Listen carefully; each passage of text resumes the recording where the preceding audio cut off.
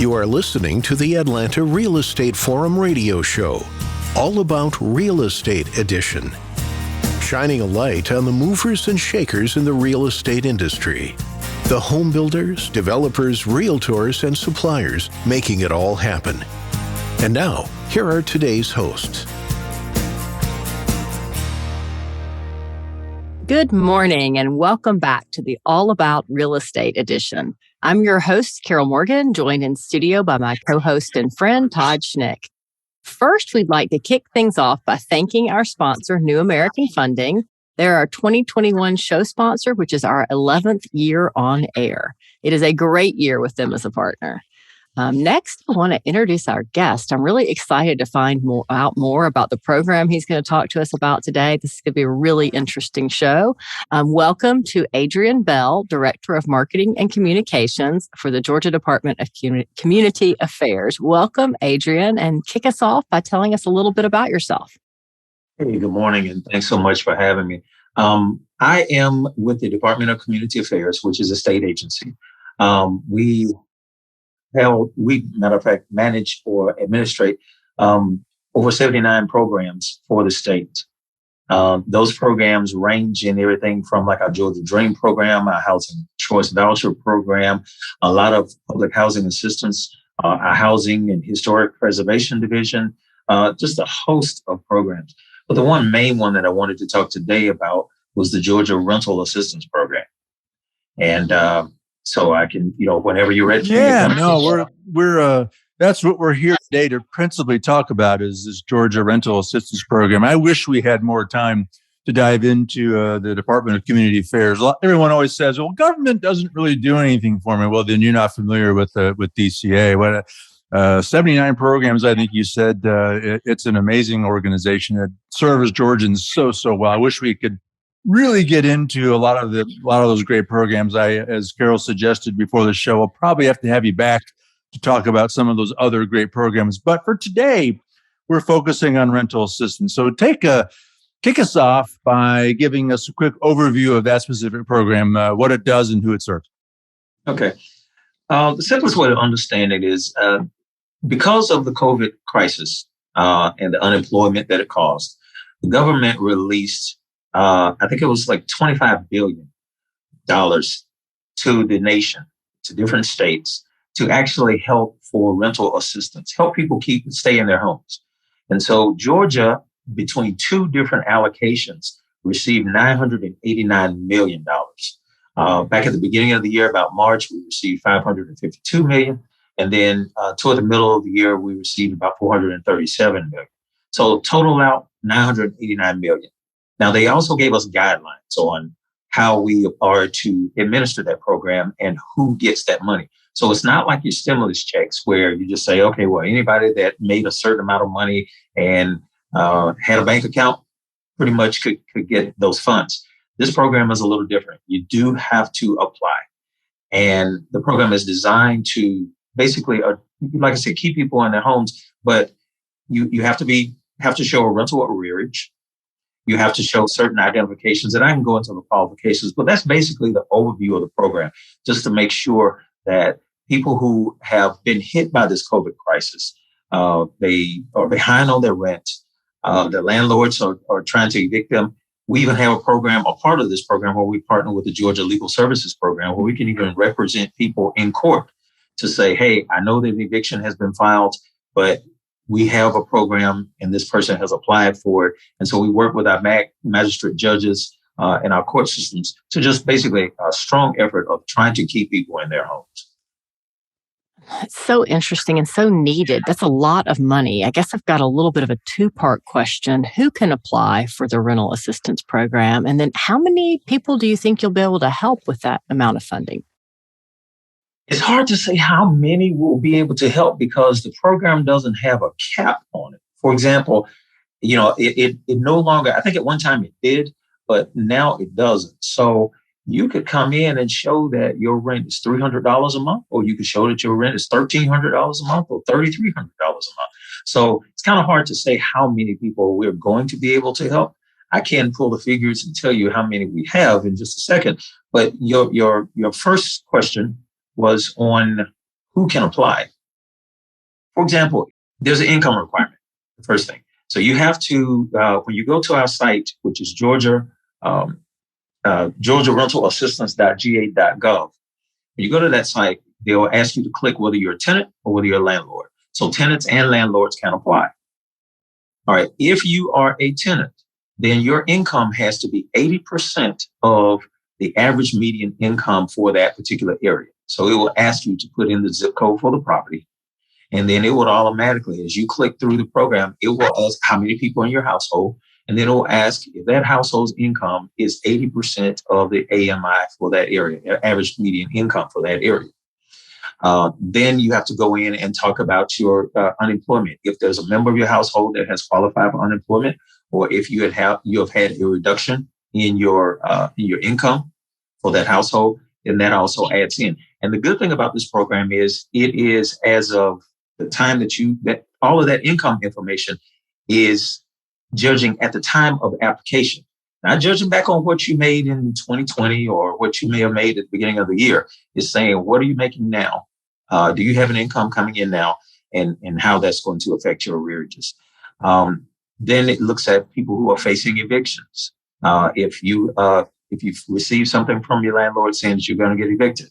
So those are basically some of your basic qualifications for the program. Oh, and then you have to show like ID and leases and that kind of stuff too. Yeah, the eligibility requirements. I mean, I'm grateful that you guys are being very careful on that. You know, there's naturally, when you have a scenario like this, there are those that try to take advantage of the funds that come from government. You know, I chuckled when Harvard was making application for some COVID support when they have an endowment that's in the billions. You know, so you have to be pretty strict on this, right? Because you want to be sure that people that need help get the help, and you want to be sure that someone's not taking advantage of the system, right?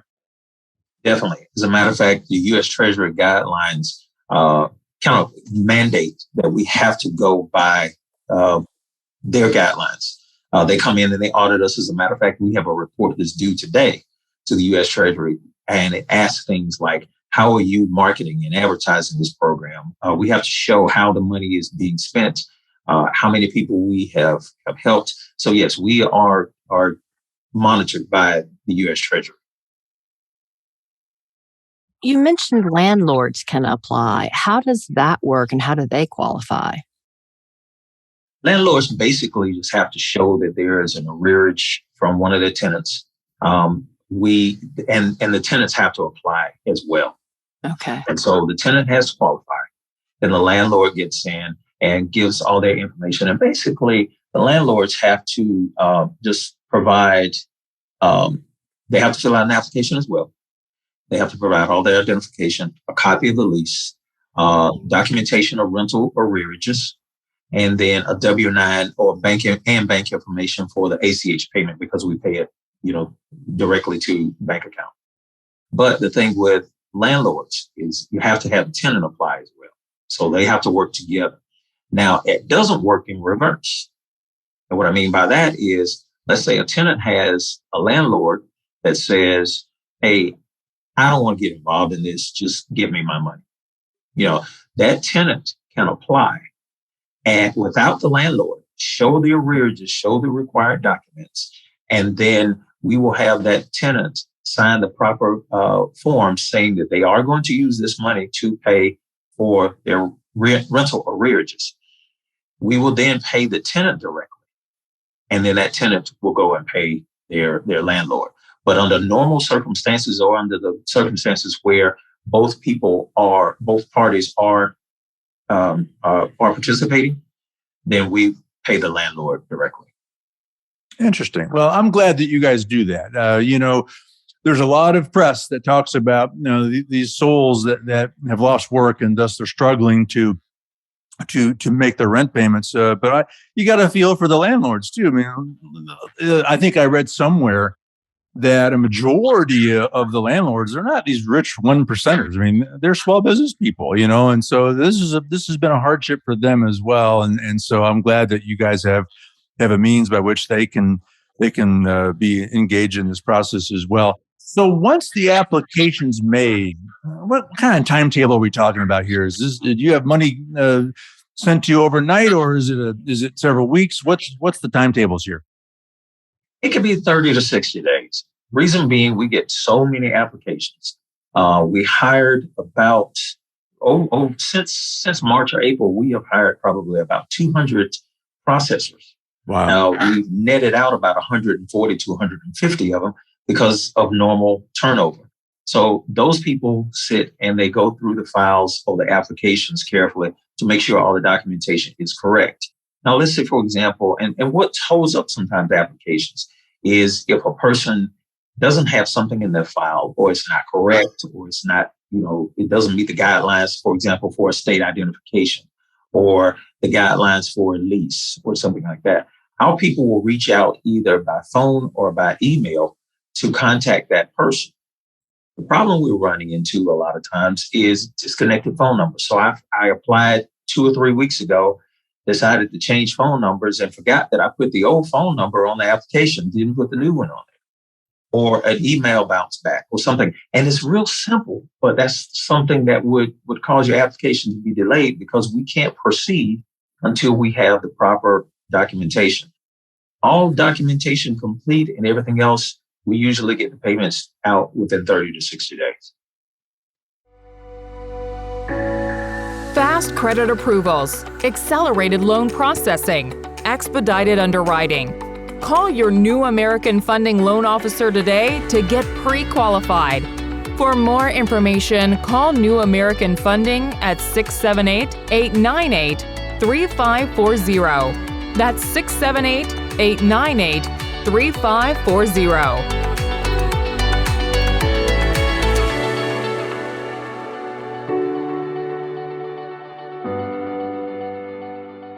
So you mentioned, showing proof that you're in arrears. When you start making the payments, do you pay the past due balances as well, or how does that part work? Yes. We have gone back as much as 18 months. Wow. Mm-hmm. That's great. That's fantastic. So, I want people to have a chance to get on with their lives, and to debt is such a problem, such a widespread problem. That if we can do the value of this program and helping people kind of get through that and be in a position to continue on living their life, doing things, is so encouraging. Thinking about this program is making me think about just government as a whole, at all levels, federal, state, and local. And there are so many amazing programs that so many people don't know about. It saddens me to think that there are people who are struggling with this problem but just aren't aware of the program. What are you guys doing to market it? And then I guess more importantly, what are landlords? What tools do they have? What can they do to encourage their tenants to participate in this program? Well, first of all, from our marketing efforts, we started marketing back in March and April, or about April of last year. And since that time, we have spent, we're allowed to spend between 10 and 15% of this fund on administration of the fund. So what that means is if we got $989 million in, then we can spend, and there were different percentages on the breakouts, but I'll just say on the average, let's say 12% of that program or that money can be spent on hiring people, marketing, all of the administration of that fund. To date, for example, I think we have spent just about $2 million in the marketing efforts of that. So we have run TV advertising, radio ads, newspaper, paid social media, earned media through our PR and free social media posts. We've done billboards. We have an outreach team that goes to places like the Georgia State Fair that was just held in Perry, Georgia. We've done some mail outs and we've done some email blasts. So those are the ways that we're trying to get it out. And we're on programs like this. We've done a lot of statewide interviews, news interviews, et cetera. Now, the difference, and there were two things that happened in that program. The first phase of the program gave us $552 million. The second phase, and that was just for parts of the state. because in addition to that 552 million, counties like DeKalb County, City of Atlanta, the Greater Augusta area, any county or any area that had over 200,000 people in population got their own funds. And we didn't market to that area. So if you're in the Atlanta area, you might say, well, I haven't seen any advertising for this particular program. Reason being that we just started in the second fund with 437 million that came on the second fund. That fund is supposed to be spent statewide. So we kind of overlap Atlanta's program, DeKalb's program, or whatever. So you'll start now seeing advertising in your local large metropolitan areas. And I just signed off on the document for that. And our commissioner just approved that document for another about $3 million in advertising that will go between here and next June. So overall, the first year of the program, we would have spent out of that 989 million, about 5 million of that in just advertising, trying to get the word out. And they had budgeted that in for us. So that doesn't affect, that's not to say that, that's money that could have been spent, on somebody's rent. We won't run out. I doubt very seriously we will run out. So, but the main thing was getting it out there. So that's how we have marketed and advertised the program. Now, you also asked about landlords, right, and how they could encourage people. I guess landlords have all kinds of ways of encouraging people. Hey, if you don't do this, you're going to get kicked out. And but I think the main thing is just encouraging them to apply. We don't really have any tactics, so to speak, other than just letting them know that the program is there. And encouraging them to apply so that it kind of eases the burden on both the landlord. So you're cool with the landlords pushing this program. I mean, they don't have to just send the evil eviction notice. They can say, hey, our timing is such that we're going to have to take action soon. In the meantime, here's a program that I'd recommend that you get into. Let me know what I can do to help you. Because that's good for both of us. Right. As a matter of fact, one of our division directors for this program went and talked to an apartment association. I mean, one of the largest apartment associations in the metro Atlanta area recently. And so they were basically targeting the landlords to let them know that, hey, you've got all of these renters. Tell them about the program if they hadn't heard about it, and show them the qualifications and make sure that they apply. I would think they'd be your best marketers on this. Oh, yeah. Yeah, absolutely. Because they stand, especially on a massive level, they stand more to lose. Right. Oh, yeah. Right. And this makes it, easy for them, especially for their, renters that qualify. So that's fantastic. Well, talking about where people can go to apply, I guess would be our next step. So what's that website again for tenants and landlords to go apply if they're interested in finding out more about this and applying for the program? Okay. It's a little bit long, and we're going to even try to address that soon. We're going to come out with a shorter URL that will forward to this landing page. But as of today, it is Georgia, spelled out, rentalassistance.ga.gov. Georgia. That's not too bad. Yeah. It's okay till you start trying to see it on a billboard or something. Hard to get that to fit, isn't it? Yeah. Yeah. But like I said, we're going to come out with something shorter than that. But right now, and even still, when we come out with the new URL, so if you see something else, and I'll tell you URL we're trying to get is paymyrent.gov. And so, but that don't go to that yet. But if you see that, it's the same program. And that was one of the things that we had to kind of get out to people in the beginning of this also, because a lot of people thought it was a scam. Right. And so we had to make people realize that, no, this is real. And so that's one of the reasons that we had to spend the amount of money that we did on it to make sure that people saw that it was a legitimate program. The other reason, and the other way we did that rather, was to make sure that we had a .gov URL so that people knew that, okay, if I'm going in here and I'm putting in my personal information, and we don't really ask for a lot of personal information except for uploaded documents. But even then, we know that people, and we wanted to make sure that they were comfortable in doing it. So yes, GeorgiaRentalAssistance.ga.gov is the site. Now we also have a phone number, that you can call for help as well. And that phone number is area code 833-827-RENT, RENT, or 827-7368.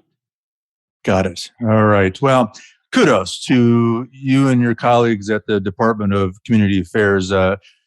I've also seen a lot of press where there's a lot of states that haven't really maximized these funds because people forget that the federal government makes these funds available, but the states have to implement this program, and they're the ones on the streets actually getting the money out there. And a lot of states haven't really been that effective and that efficient with distributing these funds. And so kudos to you guys for getting out there and helping all these folks, both tenants and landlords. So much obliged to you getting out there and making this thing actually change and affect lives. So appreciate that. Adrion, in closing, should anyone need to contact your department and this program, if you could share one more time the website and the phone number where people go to get information and make application. Okay. And one other thing I forgot to mention that I want to throw in. There's a recertification process as a part of this program. And what that does is, let's say you have applied and you got funds maybe 30 to 60 days after you applied. So let's say we're going back and we're paying from August back to January, for example. You can go back in and let's say you still haven't gotten employment. You can go back in and we will pay a couple of months ahead for you. So we may wind up saying, okay, well, we've already paid up to September. You're still having some problems. You go back in and do a recertification and you can qualify to get rental assistance for October and November. So now we don't go 18 months, in advance, of course, but we can help you out even in a couple of months in advance. So as long as you still meet those income requirements, aid is out there for you. Yeah.